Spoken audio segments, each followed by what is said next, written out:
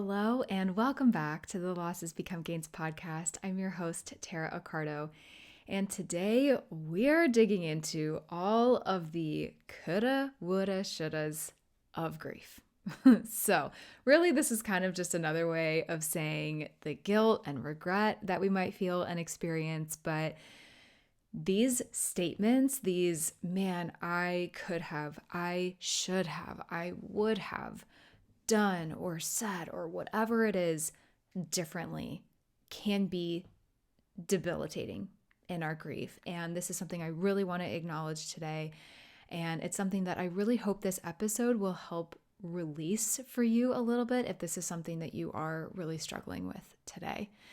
So to start this off, I've heard all kinds of coulda, woulda, shoulda statements. And not only have I heard it from other grievers, I have heard it from my very own brain and things that I have been through in my own grief journey. I have heard and experienced grievers express regret that they, for example, didn't take their loved ones to the hospital sooner.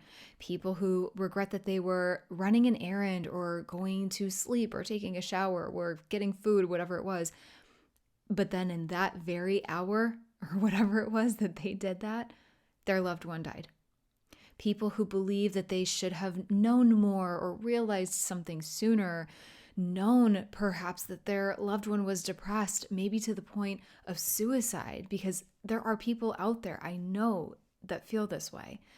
And we beat ourselves up over these things, known that, this trip to the hospital would be the last or might be the last, and they should have been more present or taking advantage of that more somehow. The list goes on. We want to believe these things. We almost have to believe these things to keep ourselves sane. I know that sounds funny, but we're going to get into why here. But we almost want to beat ourselves up for these things because that suggests that we are actually powerful enough to prevent death, or it certainly at least makes it less awful than it is. Whether or not we realize it, we almost want to believe that we have control over death, or at the very least, the past. That X wouldn't have happened if Y did. If we were just more adequately prepared or vigilant about something, whatever this looks like to you. If we believe the death only happened because we took our eye off the ball, so to speak, for just a moment, then we can believe that staying more alert or going back and doing it again differently will prevent it from happening, would have prevented it from happening, will prevent it from happening again. But it will. It does. Death happens. Grief expert David Kessler points out that if any of us were truly capable of preventing death, we would be very famous and in great demand, right? Because who wants to really experience the death of someone that we care about? But he also points out that guilt is our mind essentially playing a trick on us, or it is perhaps actually really trying to protect us, as brutal as it can be, because ultimately, while guilt is still very valid, guilt and regret is a distraction. As painful as it is, it's not as painful as the pure, raw grief that we experience. Guilt really, in a way, fills our head with noise that keeps the worst pain that we feel at bay. And sometimes we don't even realize this is happening. But guilt and regret, it kind of gives us something to do. And again, sort of keeps us busy in a sense. So how do we cope with this? How do we navigate this? So your gain from this episode today is pretty straightforward. It is to learn how to cope and navigate those feelings of we coulda, we shoulda, we would've said or done differently in our grief. That's it. But before we get into all of this, we have to kind of take a step back and disconnect our guilt and regret from the grief. So let's play a quick game. For argument's sake, maybe we woulda, maybe we coulda, maybe we even shoulda. But the thing is, we didn't. That is a hard fact. But let me tell you, a lifetime of self-loathing and misery, none of that will change that fact. I anguished over my coulda, woulda, shouldas in the months after my mom died, really because I felt like I could have been there for her more in certain ways. And spoiler alert, I couldn't have been. I was doing the best I could at the time. There were times where I wish I was at the hospital with her more, that I had just somehow made an effort to do X, Y, Z. That wasn't the reality at the time. That wasn't what I was like emotionally or even physically capable of doing. And this is not about me and my story, so I won't get too far into that. But then I felt the same way about my dad when he died. I felt like I was not there enough for him when my mom died. Like I could have been checking in on him more. You guys, I was checking on him plenty. I don't know where this really came from, right? But sometimes these thoughts are a bit irrational, that I could have been more supportive.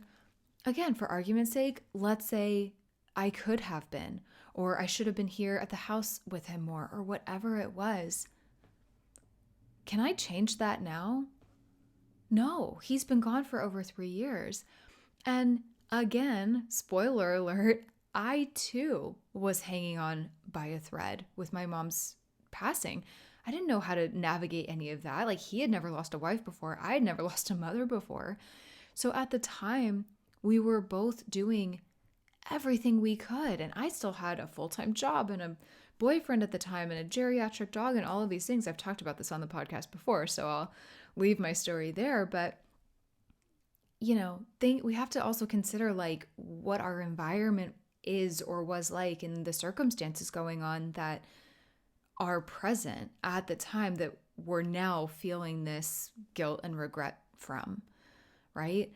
With both parents, I relished in guilt and regret for not being a better daughter, for any time I yelled or got in their face about something, for being a defiant teenager and being unnecessarily sassy for things when I shouldn't have been at times, for not going with them on, random family outings for the day, like when they really wanted me to come and I didn't feel like going. I just wanted to hang out and be on the couch and watch TV or whatever. Like, how was I to know that they were going to die as early as they did?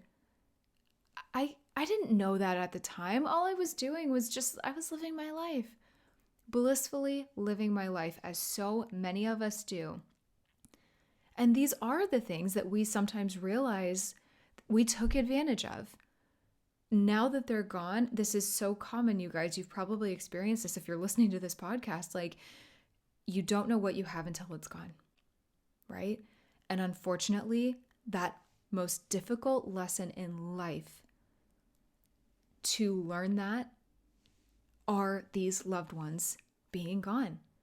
That's where a lot of these coulda, woulda, shouldas come up, because we're learning, you guys, we're evolving.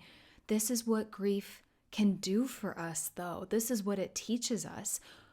It's unfortunate, sure, that we have these thoughts, or that we, it's like, yeah, oh my God, I wish I had done this differently. And you know what? Again, for argument's sake, since we're playing this little game, maybe we could have. But we cannot change those circumstances that already happened.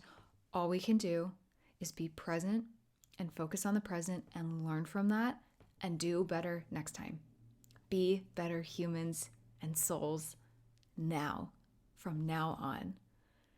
And my guilt and regret and these coulda, woulda, shouldas did not stop there for me. I felt this again when my dog died the following year after my dad, because basically what happened with my dog is I was the one who approved this rabies shot at the vet. They were insistent that she needed it. She was 19. I did not feel in my gut that she needed this stupid rabies shot, but they were insistent. And I went against my better judgment and I had them give it to her. You guys, within 20 minutes, she was having seizure after seizure. And I will spare you all of the details because that's not what this episode is about. But she was gone. She died 2 days later after absolute hell, after 2 visits to the emergency overnight vet. It was a living hell. And that burden I felt was entirely on my own shoulders. It was a level of hell and regret I have never experienced in my life. Like, I thought it was bad with my parents, but like at the end of the day, I knew I didn't cause their cancer. Like, I knew that. But in this instance, I hands down was convinced that I killed my dog and that my vet had a hand in it. And I let him know that because I was so outraged by this whole thing, right? This is like what grief does. It does not give us the most rational thoughts. I'll never know what would have happened with her health had that vaccine not been given to her. That is something that I have to live with. And every time I felt myself going down that dark rabbit hole of regret, honestly, basically how I came out of it is I didn't ignore it, but I kind of had to just slam the door on that urge by saying to myself, it is too late. You cannot go back and change it. That is a fact. There is nothing that can be done now. It's too late. That is a hard realization and thought to grapple with. That is not a fun fact to have to wrap our heads around. It is difficult and almost unbearable, really. But here's the thing. No amount of rumination can change that. So I continued to close that proverbial door to those coulda, woulda, shoulda statements over and over and over again. And I almost had that, you can't go back and change it. There's nothing that can be done. You can't go back and change it. There's nothing that can be done. That was almost like a mantra for me over and over. But what this does is this weakens the neural connection between our grief and our guilt. Because as the saying goes, neurons that wire together, fire together. And I'm no scientist here, but I've certainly heard that before. And that was very enlightening for me. And I think it's so true because I no longer wanted my parents and my dog and their memory linked with guilt and shame and regret, and nor would they want that for me either. And I'll tell you, eventually, this strategy worked. Now, do I still feel this way at times? Absolutely. Like, I actually, low-key just, that triggered a little bit of something in me telling you that story of my dog just now. I'll never feel good about that if I'm being really honest.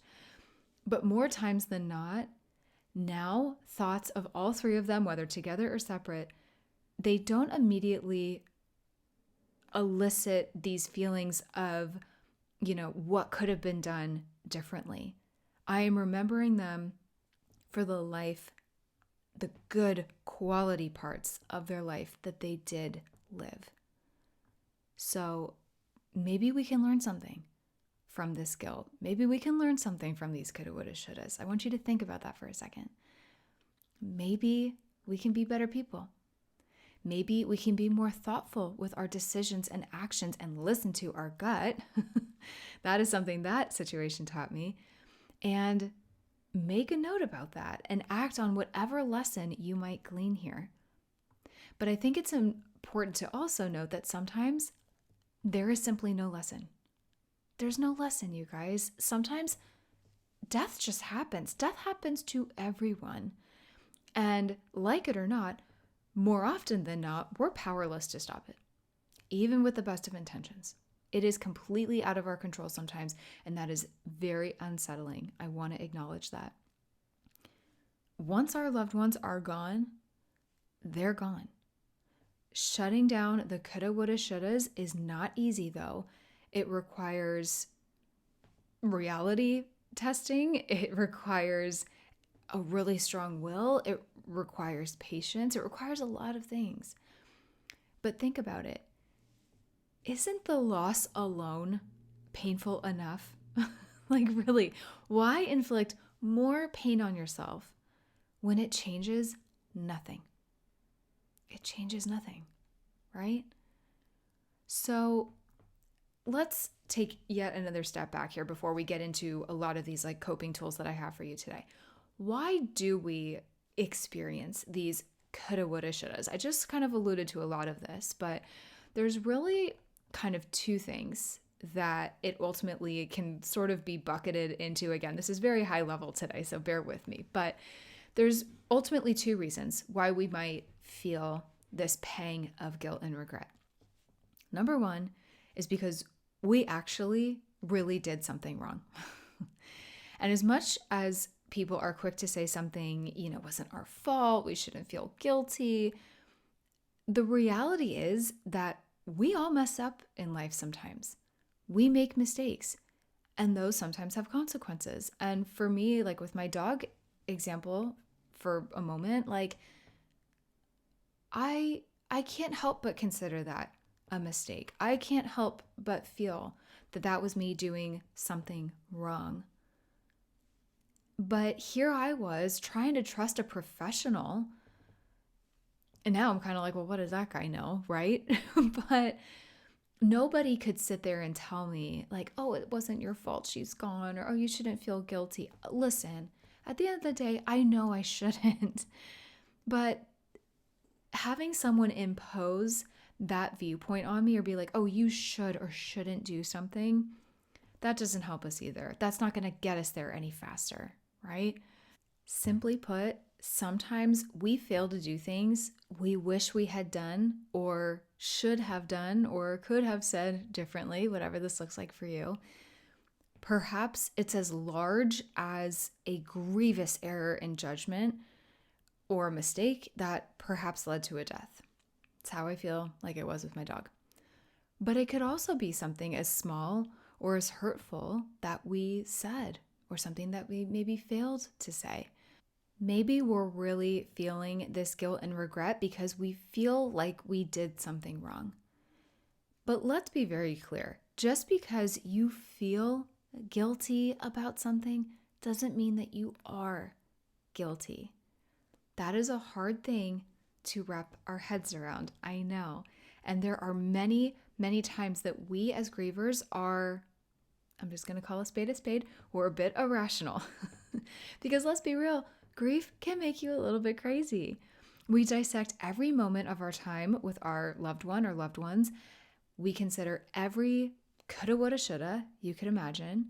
Our irrational brain will find just about anything to feel guilty about, despite being irrational, which we can't just simply ignore. So I don't want to do that here. I really want to acknowledge, these thoughts, they're coming from somewhere, even though they might be classified as irrational, right? Either way, the guilt can be consuming. So that's kind of number one of where these coulda, woulda, shouldas can come into play. Another one is because we want order.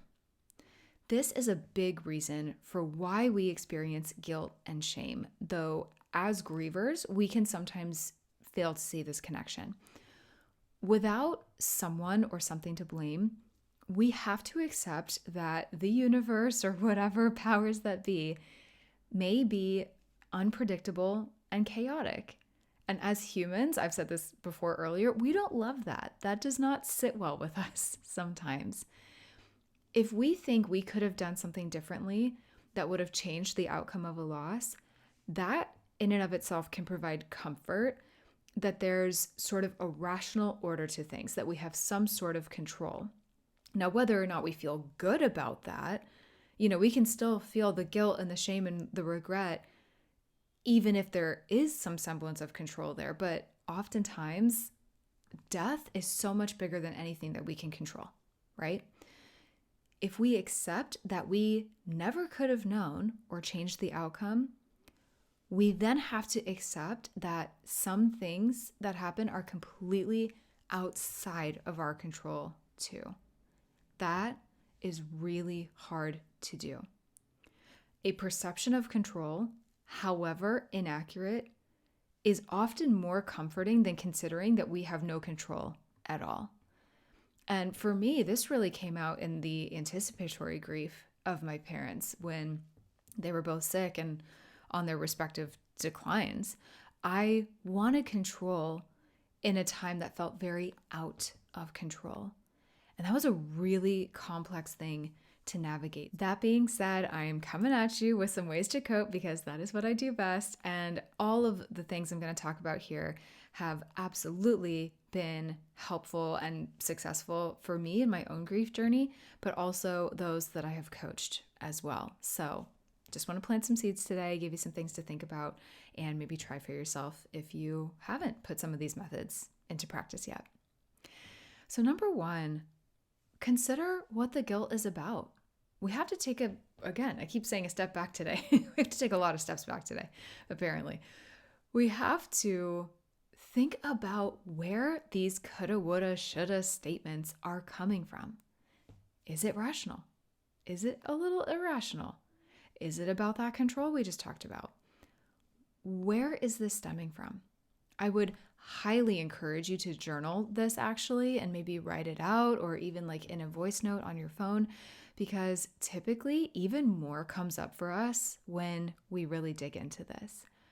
Because so often our thoughts of guilt, again, whether rational or irrational, those can really start to consume us. They can drag us down into this bottomless black hole full of isolation and despair and far too much wine and Ben & Jerry's and any other crutch that we can think of. And we don't typically feel guilt and regret for no reason. I think that's really important to say, right? And that might seem obvious, but like really think about that. So it's important to take a moment to recognize that and become aware of this. And when we do, and when we begin to understand the why behind it, we can better notice it when it arrives, and we can kind of tackle it a little bit that way. We can meet it where it's at. Again, it's not to tamp them down or ignore them or push them away. It's not about that at all. It's just being better equipped when those triggers or when these things do come up, that we can have those little mantras I mentioned earlier in the back of our heads, like, it is too late. There is nothing that can be done now.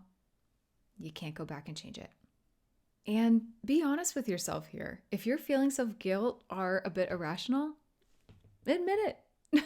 I had to do that. It's hard to do. It's not always fun to do. But if you realize you're kind of going off on some tangents and spinning a little bit out of control here, this is where we have to bring ourselves back to the present and be like, you know what? I got to be really honest with myself here. This is not the most rational thought I've ever had.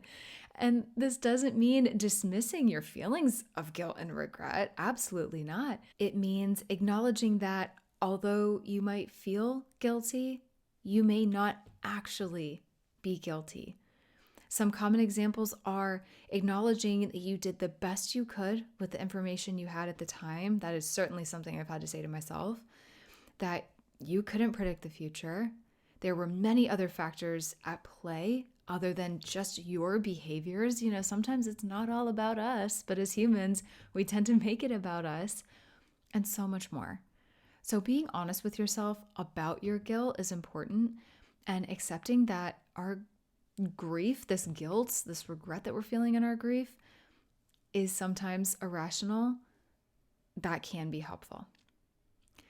So number 2 here is to acknowledge your feelings. It is essential to allow yourself to feel and process your emotions. I have said this pretty much on every episode of this podcast, I feel like at least once, because trying to suppress or deny these thoughts and feelings may actually make them more persistent, which ultimately makes this process even more painful and prolonged, right? As I always say, give yourself permission to grieve and experience all of the emotions that come with it. All of the anger, all of the resentment, all of the pain, the guilt, the regret, the longing, it all needs space and time to be seen, always. Number 3, mindfulness and self-reflection. Mindfulness and presence practices are so important when dealing with the coulda, woulda, shouldas of life. And if you think about it, this guilt and regret are very much taking us out of the present, right? We're very much living in the past and wishing things were different when we ruminate and when thoughts come up like this. So techniques to stay in the present moment, to avoid getting caught up in the rumination, is really key. So this could look like meditation, deep breathing, journaling. All of these can help you gain insight into your thoughts and feelings and allow you to take a breath and come back to yourself and back to the present moment. And I also just want to mention, I have a freebie on my website, on the Losses Become Gains website, under free tools for you here if you need help getting started with this or you just need a little bit of help overall. I also have some really exciting plans to help you dig into this more coming in the next year. But more than anything, this is something I'm really, really passionate about, you guys, because it can absolutely turn your grief around. And it's something that I really love helping people move through on a more personal basis. And one of the ways that I do this, I'll just mention quickly, is in my Intentional Life After Loss membership and community. If you haven't checked that out yet, seriously, you're going to want to. All of the details about that are in the show notes. You can learn more there on my website. But this is something that we get into in way more detail, and I help you step by step along the way. So definitely check that out. Number 4, have self-compassion and forgiveness. I always preach this, but be kind to yourself. Grief is a very complex process. It's a very individualized process, though you do not have to do it alone. What I mean here is that it's unique to you. It's natural to have regrets and thoughts of what you could have or should have done differently. And if I have not said that today, please let it be known. It's okay. It's okay that you might be feeling this right now. It is a completely natural and normal part of the grieving process. There is no shame in feeling any of this.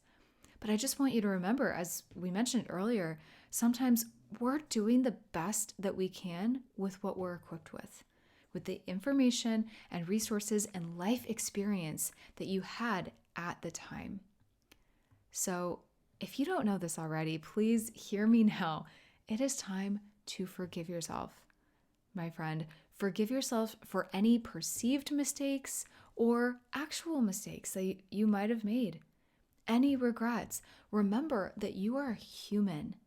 No one is perfect here. And those coulda, woulda, shouldas, they have weared out their welcome. Consider listening to this episode like, okay, you're done. I've given you enough time and attention. It's time to work on this now. It is time to move forward. There is no place in your life for them now because they are not adding any value to your life now either. So it is time to focus on what you can control. And that is the present, and that is your present and future actions and thoughts. That's it. Number 5 in this list of coping tools today is to seek support. I feel like I put this in nearly every blog post and every podcast episode that I share at some point, and it's because it's true and it needs to be heard over and over and over again. You guys, I wish this was something I had realized earlier on in my grief, that more support and help was available. But here's the thing. What's so interesting about this grief space is so many grievers don't even realize that they need support, or they think that, just the support that they're getting from their family and friends or whatever is sufficient. And in a way, that might be true. I am not here to speculate on your situation or anyone else's. But let me remind you, being just okay does not a beautiful, vibrant, amazing life make. You are meant for more than that. And that is so possible, even with our grief. Our grief and our joy, they can coexist. So as always, I do encourage you, share your thoughts, these coulda, woulda, shoulda statements with family and friends. But really, this is actually where I would recommend more of a therapist or a counselor or your friendly grief coach. That's me. Because so often, a lot of people, they don't know what more to say other than don't feel guilty, don't feel that way. It's really hard for people, I've noticed, to hold space and be like, you know what? Yeah, that's a crappy situation. I understand why you're feeling that way. A lot of people, they don't want you to be in pain, right? So they're quick to try and help you through it. They want you to see the positive and all of the things, but then we're left feeling very invalidated and like we just have to kind of move on and get over it. But that's not really addressing the grief. That's not addressing these feelings of guilt and regret. So when I say seek support here, I mean, absolutely making sure you have a good support system around you, but this is really where I would recommend some more support, some more professional support. And another reason for this is what's great about talking about your regrets and fears and whatever else is coming up for you is that it can help you process them and gain perspective, right? Again, we might have wonderful friends and family around us who mean well, but sometimes it can be very surface level, and sometimes the support and everything just kind of stops right at like, oh, don't feel that way.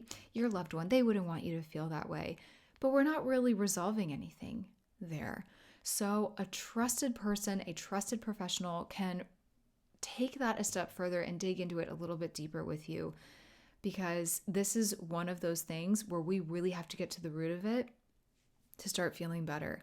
And a trusted person, whoever this is for you, can provide not only just an ear, but some additional emotional support, some additional coping tools. So, that being said, make sure whoever you reach out to is exactly that for you. Supportive. Someone who, doesn't make you actively feel worse and not seen and not understood and invalidated, because this is often what can make us go inward and really kind of shut down. That is the last thing that we need to be doing. And if these thoughts of, coulda, woulda, shoulda become overwhelming and interfere with your ability to function, which can happen to many of us, that's where it might be helpful to seek support from a professional who can provide you with the guidance and strategies and tools to really cope with this once and for all. So, again, I just want to offer Intentional Life After Loss, my community and membership here. It is a very digestible way to wrap your head around all of this and really take some action-focused steps and have these reliable coping tools served to you on a silver platter each and every month. There's this beautiful community component to it that you can participate in as much or as little as you're comfortable with fellow grievers who really get it, who are not just going to tell you, oh, don't feel guilty, they wouldn't want that for you, all these platitudes that as grievers we just get so tired of hearing sometimes, right? But also remember, just a friendly reminder, I do offer one-on-one coaching as well. If this is something you are interested in or feel called to explore or feel might be more appropriate for you and your needs, all you got to do is shoot me an email at hello@lossesbecomegains.com. Let's have a conversation. So just to close out that support section, I just want you to know you have so much support at your fingertips. You have so many resources for you, and it's all here, ready and waiting should you ever need it. Number 6, focus on the positive. Now, before you start yelling at me from wherever you're watching or listening to this, I know you might not want to hear this one. Bear with me. Really, I don't mean this as black and white as it sounds. It's not like find the positive, focus on the happiness. It is not about that. While it is essential to acknowledge your regrets, I want for you to also try to remember and reflect back on the positive aspects of your relationship with the deceased, whoever this is for you. Or again, maybe this isn't someone deceased. Maybe you are mourning a friendship where the person's still very much alive, but you've been friends for a long time, maybe had a falling out, and now you're mourning that. Maybe this is a relationship or a divorce, whoever this is for you.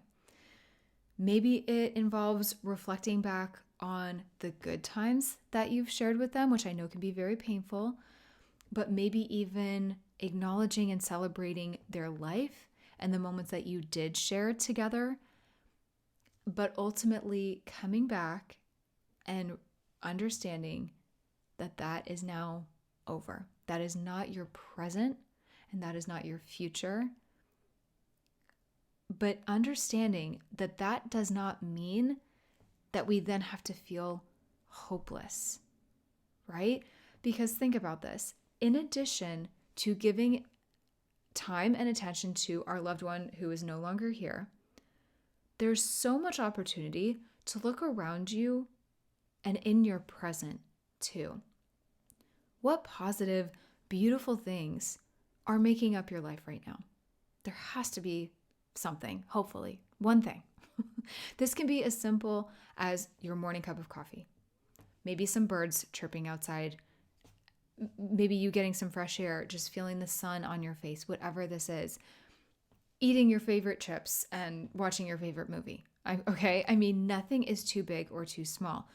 Gratitude is everything in our grief, and it is absolutely something that we sometimes need to work up to. That is not something that we might feel depending on where you're at in your grief journey today. Trust me, nobody could have told me to be grateful for a damn thing when my parents and dog died earlier on. Absolutely not.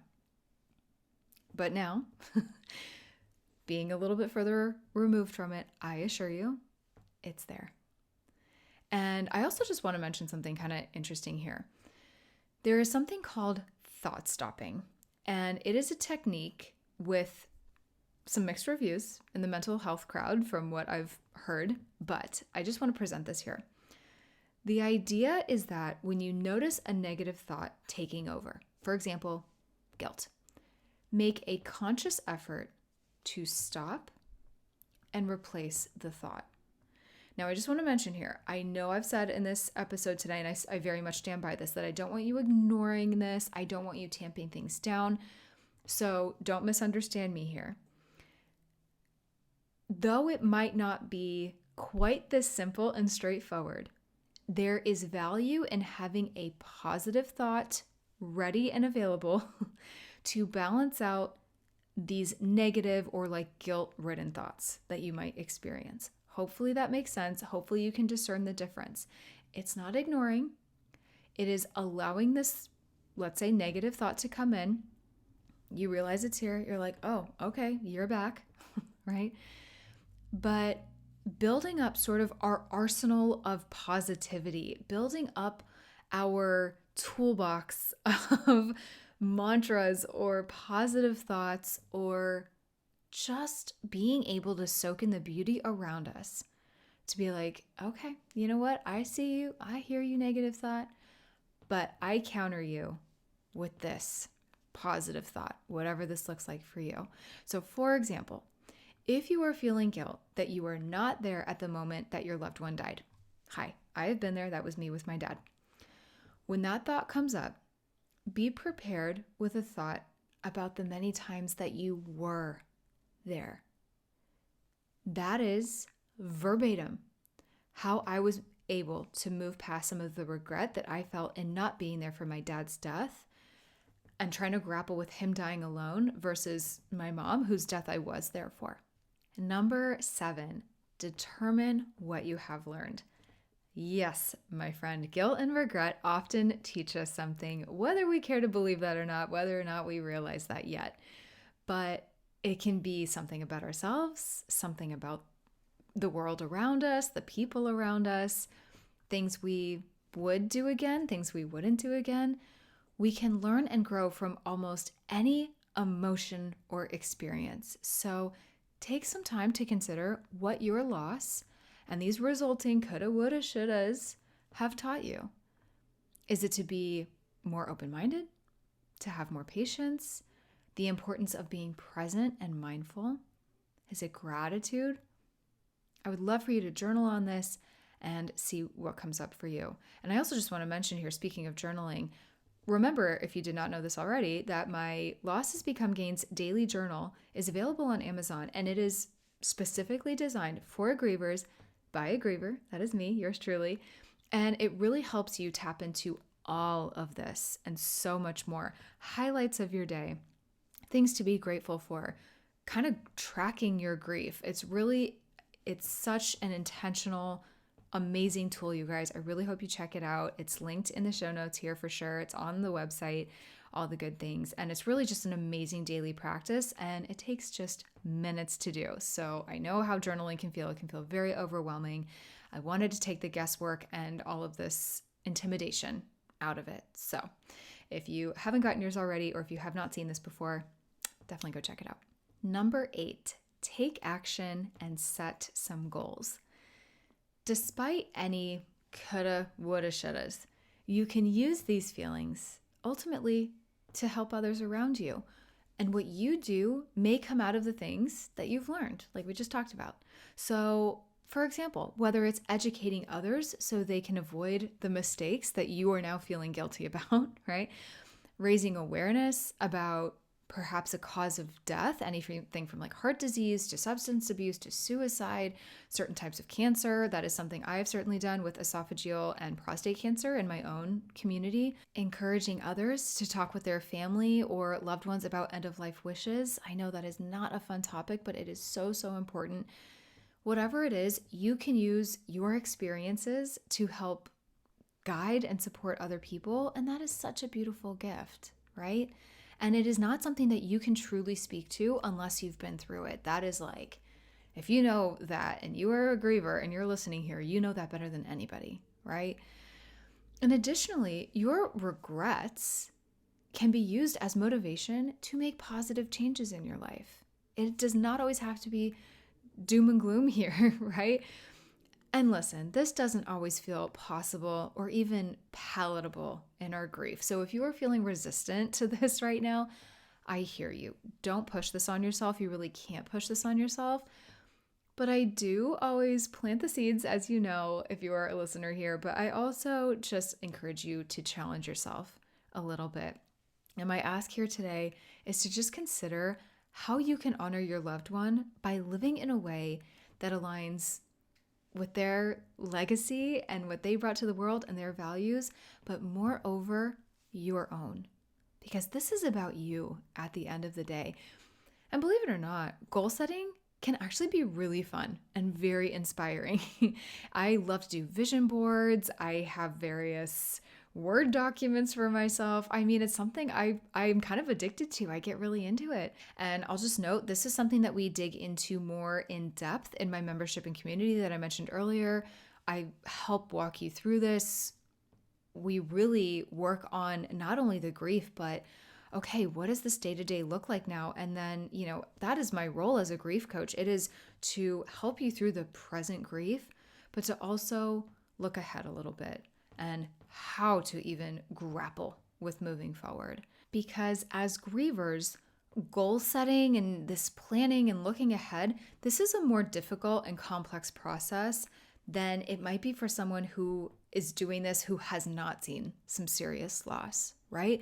For us, it might be more emotionally taxing. It's harder to see the light, so to speak. And the idea of setting goals can feel so far off from anything on our mind right now. We might just be so wrapped up in the grief, in the what now.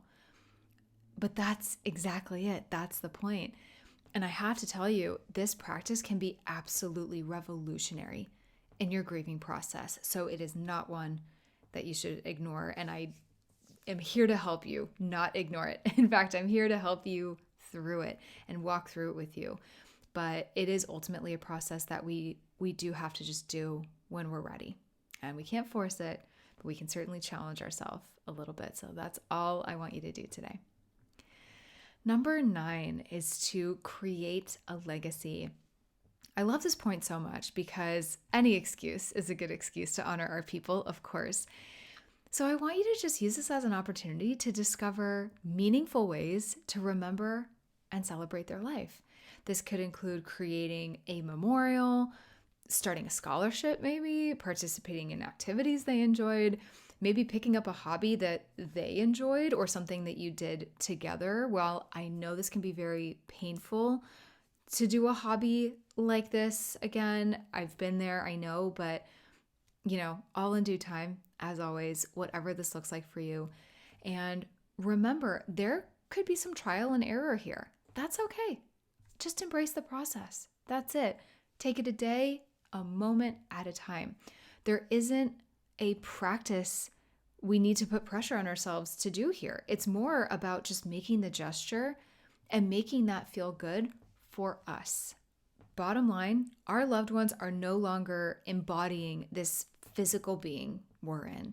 No matter where you feel they are now, wherever it is, that's fine. That's wonderful. But we just have to remember that the physical needs and wants and desires that we feel here in our physical form no longer apply to them. So, really, of course, we can make this about the legacy and memorial. We can make all of that about them. But just remember and take solace in the fact that they are safe and they are okay wherever you choose to believe they are now. Do this for them. Sure, absolutely. That's beautiful. But make sure you're doing this for you first and foremost. This is about you now. This is about your why. So number 10, last but not least here, what would your loved one tell you? I love this practice. I actually have to do this fairly often. I've had to do it more now that I, as of this recording at least, am pregnant and I'm trying to navigate this. It's been a ride. It's been complicated. It's been complex. And there are so many things that I wish my parents were here for, questions that I could ask them, advice I could get, anything. So to just get you thinking about this a little bit, get yourself in a space to truly focus on thinking about your loved one or loved ones, right? Imagine telling them how you're feeling right now. Your regrets, your guilt, your coulda, woulda, shouldas, all of it. If there are things you wish you had said, say them. Write it out, talk it out in a voice note, draft an email, and perhaps maybe don't send it anywhere or just send it to yourself. The point is, I know a lot of people that do this actually, and the point is really just for you to make it feel like it's out there, that it was sent to them somehow, right? It can be a very cathartic practice, honestly. You could do a similar practice with a letter too. Maybe you just don't send it or you send it back to yourself or something. Journal your thoughts or just meditate on all of it. You don't have to write any of it down. Just be with yourself. Find a good meditation practice that resonates with you and just be. That is one of the most beautiful and underrated practices of all. And we can absolutely kind of channel our loved ones more than we think we can when we get into these meditative states. And I like to think that they want to talk to us too. They're eager and ready and waiting. We just have to open up to them a little bit. So imagine what your loved one would tell you right now and what advice they might give you, or how they might receive your thoughts and feelings of these coulda, woulda, shoulda statements and what they might say to you if you express that to them. So to wrap this episode up, let me just say, no one, certainly not me, ever said dealing and coping with these thoughts of I coulda, I woulda, I should've were easy to cope with. They're not. I want to acknowledge that, and I want to meet you where you're at right now and give you a big virtual hug as I do it. But my hope is that this episode today gave you some things to just think about and ponder as you continue navigating this process and navigating your grief. And know that you have so many fellow grievers out there that have these ruminating regrets and feelings of guilt right along with you. They are there with you as well, and you are not alone. And absolutely, we all experience them in our own way, of course. And these feelings can be very isolating. I say this not only from my own experience, but from those that I have coached and worked with as well, that you might be feeling these feelings of guilt and regret so deeply and intently that you almost can't express how hard it is to move through it to other people around you. But I also, amongst all of the coping tools and all of the things we talked about today, I hope you also realize that there are tools out there to help you both at Losses Become Gains and everything I offer and beyond. As always, I am so grateful for your time and energy and for hanging out with me today. I truly hope this episode was helpful for you in some way. If you liked what you heard today or did find it helpful, or you are just loving what you're hearing on the podcast so far, I would truly appreciate a comment or a review on whatever platform that you're listening on. It means so much to me, and it really just helps me be able to reach more grievers just like you. So with that being said, I hope you have a beautiful day, and I will see you in the next episode.